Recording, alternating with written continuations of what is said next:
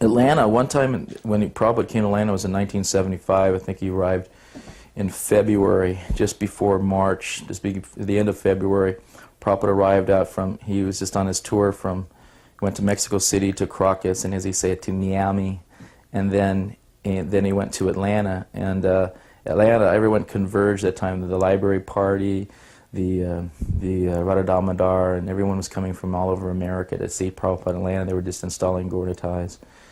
And Prabhupada came and he said, I visited all those places, and now I visit Atlanta, and I could see this temple is the best. And Jai Prabhupada. And of course he said that everywhere he went. So Prabhupada would encourage everyone, but then he started speaking. He was standing in front of the Gauratai deities, which are very beautiful there. And he'd be looking at the deities, and he'd look at the deities like, not as we would look at the deities, because he would see Gauratai, and we would, we obviously weren't pure enough to see.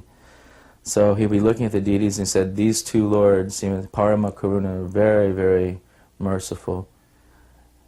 Yeah, Lord Chaitanya, Lord Nityananda, Gauratai. And he's even more merciful than Lord Krishna. And Krishna is very merciful, but Lord Chaitanya, he is so merciful. And then Prabhupada went into ecstasy, and he choked up, and so please serve him very much, very nicely, thank you. And from that minute, anyone who was in the presence, it wasn't as if Prabhupada was seeing Gauratai.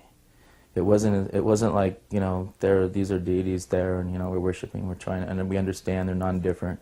Prabhupada was seeing Gauratai, and he was so appreciative of the mercy of Lord Chaitanya that he went in ecstasy, and all of the disciples there at that time was, just stunned by the emotion Prabhupada felt for the Supreme Lord.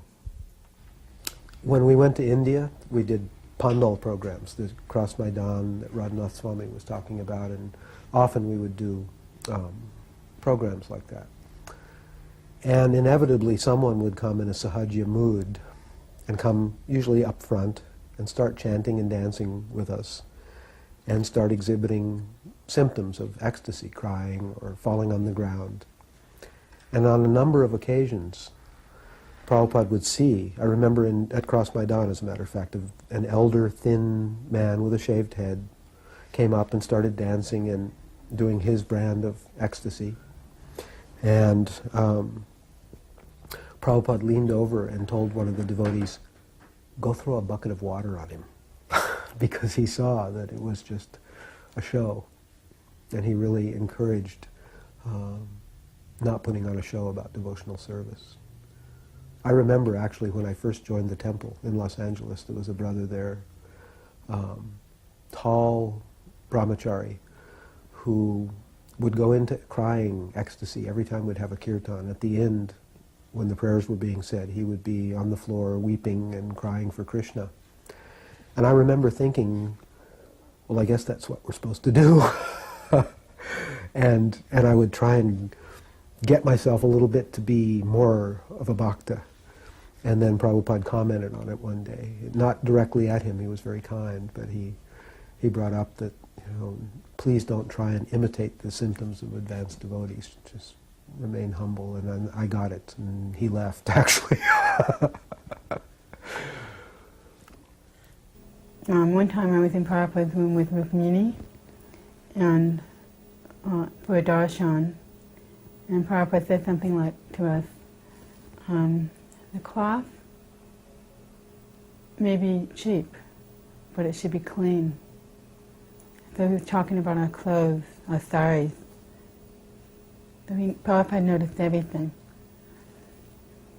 Coming from a Southern California raw food background, I asked him at one point, when I first moved into the temple, I just surrendered and ate prasad. Then I got to be with Prabhupada, so I had a kitchen that I could do what I wanted. So I wanted to make sure that I was not going against what Prabhupada would want me to do. And I was eating salads and fruits and simple food. And so one day I decided I should ask him about it and make sure it was okay. So I asked him about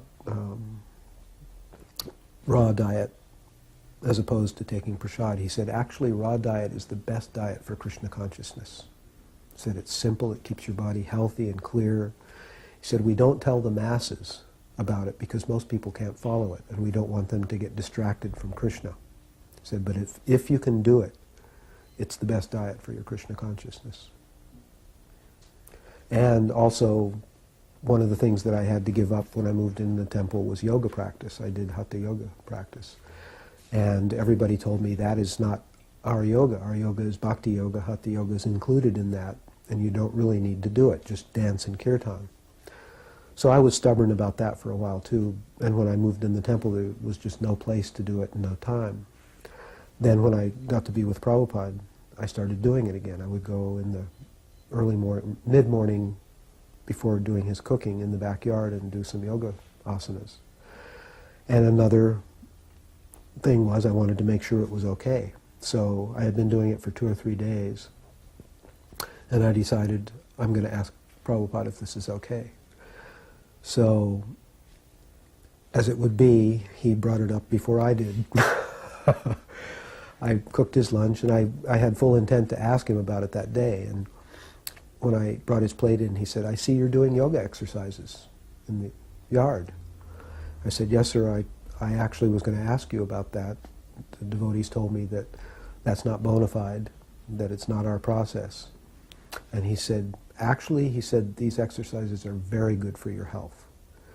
He said, we don't want anyone to become distracted, so we don't teach it. But for you, he said, it's very good, and I encourage you to do it. Then, a short time afterwards, we were in San Diego and taking a walk in the park, and there was someone doing the headstand off in the distance. And Prabhupada looked over, he said, oh, this is Shirsasana, very good for the health. He said, there are so many of these exercises, Shirsasana, Yogasana, Padmasana, he named. He said, very good for the health. And one elder godbrother, in a bit of a sarcastic tone, not towards Prabhupada, but towards yoga, said, so we should do this every day, Prabhupada? And he didn't answer him. And he just kept walking. And when he finally got back to the car, he turned around and he said, it's not necessary. And I remembered what he had told me, and I realized that he was answering the mood of the question. And that the real idea is that whatever's good for your Krishna consciousness, do it. Whatever's not good, stop it. At the airport one time, Prabhupada was talking to various devotees, and he said, Brahmananda, you are always in Brahman. Actually, he said, Brahmananda, you are in Brahman? And then he said to Arundhati, and this is before Arundhati got married to Pradyumna, who was a Pandit. And he said, Arundhati, the wife of a great sage. Then he said to Nandini, and he said to Balai, who had a little girl named Nandini, he said, she is chanting Hare Krishna? He's asking about the little girl Nandini. She's chanting Hare Krishna? And Balai said no. And Prabhupada said, oh, she is sucking Hare Krishna. So then, the last time I saw Prabhupada, I was in New York. I'd just gotten about to get initiated, or got initiated, I don't remember, in '76 at Ratha Yatra. And Prabhupada wasn't feeling that well then, but he was in the temple room one morning, and he was giving out cookies. So I walked up to get cookies, and I said, wow, I can offer a base and get a cookie, and Prabhupada's going to be glad to see me, actually rendering some service, now I'm getting initiated. I didn't understand that he's offering the service, the initiation. I thought I was rendering service. And so I walked up to Prabhupada thinking, oh, he's going to recognize me. Boy, all the devotees are here. He's going to recognize me. I walked up to get a cookie, and Prabhupada looked at me as if I was a blank, a totally transparent sheet of glass, and saw right through me as if I wasn't there. And only Prabhupada could have that look. And that humbled me, hopefully, for the rest of my life.